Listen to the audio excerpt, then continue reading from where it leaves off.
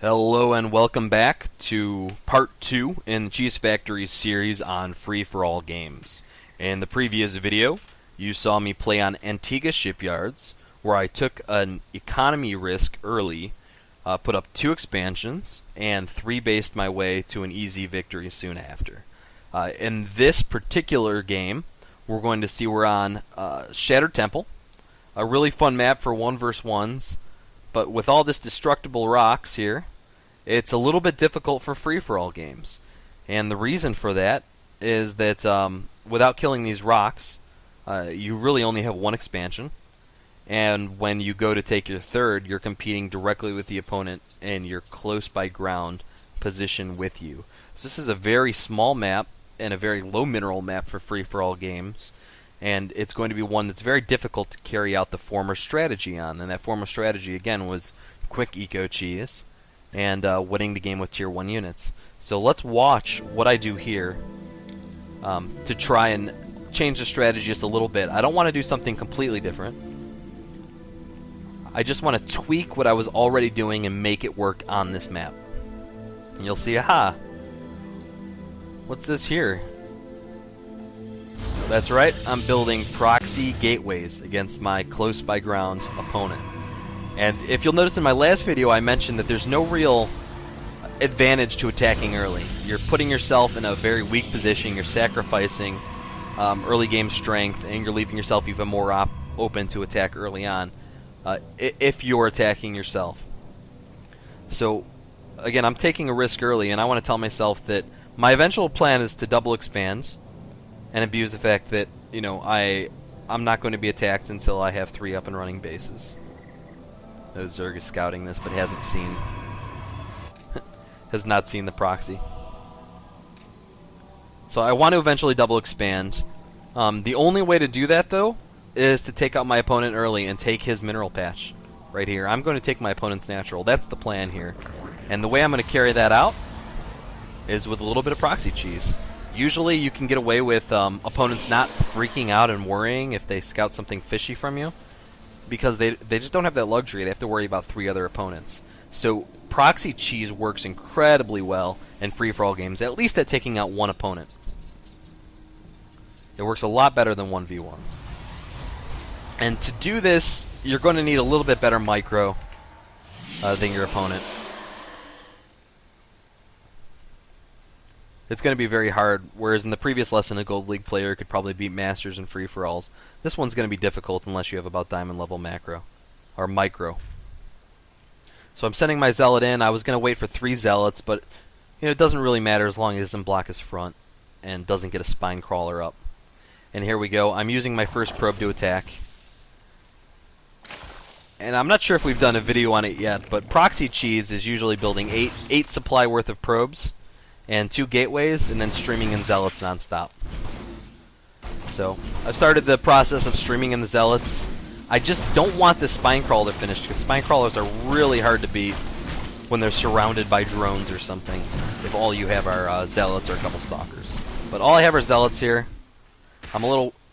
He's building some defensive lings. I'm going to have a hard time taking these out. So I position my Zealots right in the cracks so that they can't be flanked by a lot of lings at once. Here comes this queen. I'm not attacking right now because I'm not focusing on it, but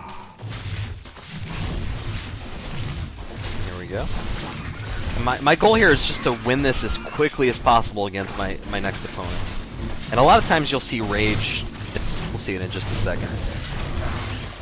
Alright, I've got his units taken out.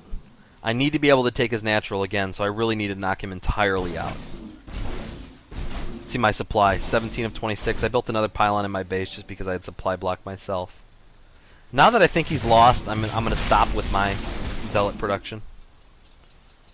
And I'm good. And I'm just going to clean up with these Zealots and continue on with the exact strategy I had before, and that's chrono boosting probes until I have enough money for 1 Nexus, and continuing to chrono boost probes until I have enough money for my 2nd Nexus. And again, this is the best 3rd position right here, my opponent's natural, just because it's the only one not covered by destructible rocks. I've tried breaking the rocks and expanding there first to the gold, and it's just not worth it. The math doesn't work out. So here, this opponent's just trying to mess with me. He's lost already, but he's a little pissed off. This player is about Diamond or Masters level, just judging from his APM. He doesn't have a lot of games played. At least he didn't at the point where in the season where I played this free-for-all. So he's just trying to delay and harass me. I'm going to continue working on my probes, clean up in his base, not worry about these guys too much because there's not a whole lot they can do. 2 lings.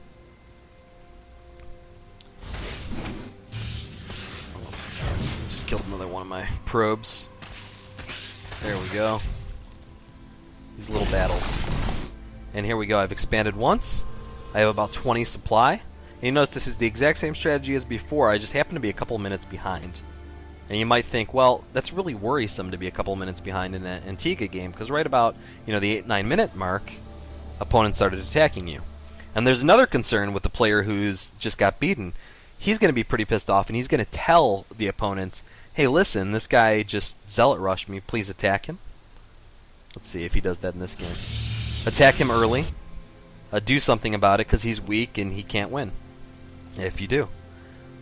And the opponents think to themselves, well, that's great, but if I go and attack him, then the last opponent in the game it can just come and attack me and win. And that's where the psychology of this game comes into play. So let's pause it for a second and just mention that my problem early on was that I wanted to expand early. I wanted to take a quick third. The only quick third was in my opponent's base, and I had to kill him for it. Now you'll notice with these players here, these players are going to have the same kind of want. They want to take a natural and then a quick third. And they're going to be worried about each other the whole time, simply because when they go to expand either this base or this base, they're going to be competing with each other pretty much until one of them wins out and gets both of those. So in this particular map, where you have 2 sets of opponents really close to each other, those 2 sets of opponents are really only worried about each other. They're not worried about the guy in the bottom part of the map who just cheese rushed his opponent. They think, oh great, he just put himself behind. I've got enough time to play and catch up and build an army. They're not worried about you. And that's the psychology that we're going to abuse in this kind of game right here. We'll notice this Protoss is 1 basing. These are, I think, like silver and gold level Protoss players.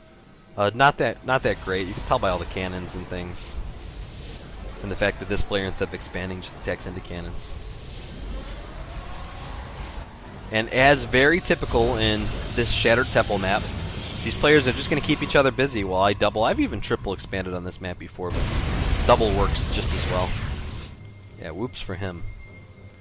And I've only built, again, probes and pylons. That's it. And I'm going to split my probes up just like in the previous game. Let's speed it up a little bit. I'll kill these rocks just so it makes it easier for me to get between bases, and because these zealots aren't really doing anything else. I'm not going to be tempted to take a gold too soon. Let's take a look at units now. So I started off really far behind in probes, and I'm just starting to catch up to this teal player, and pretty soon I'll have 70 or 80. Especially now that my 3rd base is finished up. So let's see how long it takes me to click on a probe and start chronoing it. A little longer than you'd expect. There we go. This one's being chronoed, this one's being chronoed. I already have 2 gateways over here, so I built a Cybernetics core and base. Again, I'm not worried about units yet. I don't think I've, well, maybe 1 unit with my extra minerals. I'll build 3 gateways total, and then I'll build 3 forges. These players are going at each other. Great for me, they're just going to cannibalize each other. And I'll come in for an easy win right after.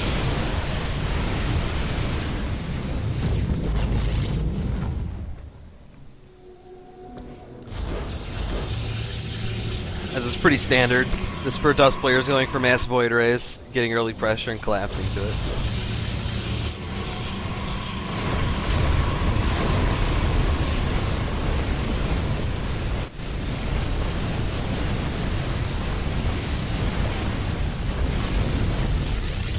And here we go. I'm just focused on not getting supply blocked, having a little bit of an army. Notice I'm just transferring probes. Trying to keep them relatively split up. Moving my few units around the map just to kind of see what's going on. But again, I don't want to get them caught off and lose. I mean, the worst thing that could happen is units stream into my base and kill my main. Something that wouldn't be as bad as that they go and kill the natural. So I'm going to keep these units right back at home. I've got an observer to prevent against, again, the DTs or The like GT harass or something similar. Here we go, these players are still fighting each other. It looks pretty much decided at this point. And just because I wasn't macroing that well, I built an extra Nexus. And I'm a little worried at this point because there's only one opponent left. You'll notice that kind of psychological element. When there's 3 players left, it's very risky for one to kill the other. Because that means all of a sudden there's 2 players left, that the other guy is entirely focused on you, and you just got done winning a big battle or maybe trading a bunch of units. So the second that you kill the second to last, the penultimate opponent, you're at a serious risk. And I didn't count on teal killing blue that quickly, or blue dropping out of the game that quickly. So I was a little bit unprepared at this point. And my job is to, right now, I was focused on upgrades and chrono boosting them out as quickly as possible. My job is being able to just build 200 army so I can counter when he starts coming after me. You notice he's just started his second base though, and his supply is only 50, so I was a little bit, it was unnecessary for me to be that worried. And again, I've got my fourth up just because I didn't macro that well and had extra minerals. So I took it. And I'm just going to taking map control, making sure he doesn't come at me. And I know I can max out before he does, or before he has any serious amounts of units. So I'm just going to continue doing that. I don't know if he's the one with the Void Rays or he's the one with the Immortals. But it doesn't matter. Immortals supposedly hard counter Stalkers. If you have that many more and better upgrades, nothing hard counters more units with better upgrades. So blue's just taking his third. Let's see what I do here. I'm going to warp in just kind of a weird angle and take out whatever I can. And at this point, I'm right about 200. I can trade cost inefficiently because I know I can rebuild right away. Let's look at my main again. Look at, I've got about 16 total gateways at least about to finish. Let's see, I just blink in. I probably just could have taken him out from the main, but why not? And again, Immortals supposedly hard counter Stalkers, but 0/0 Immortals and soon to be 2/2/2 Stalkers. Double the supply, doesn't matter. Look how quickly those go down. And that was it. It was very quick, simple win. Cheese my opponent, double expand just like before, and roll over the last 2 opponents who have been, again, cannibalizing each other from the start. So thanks for watching, everyone. We're going to show a third video and the final video of this series coming up next. Take care.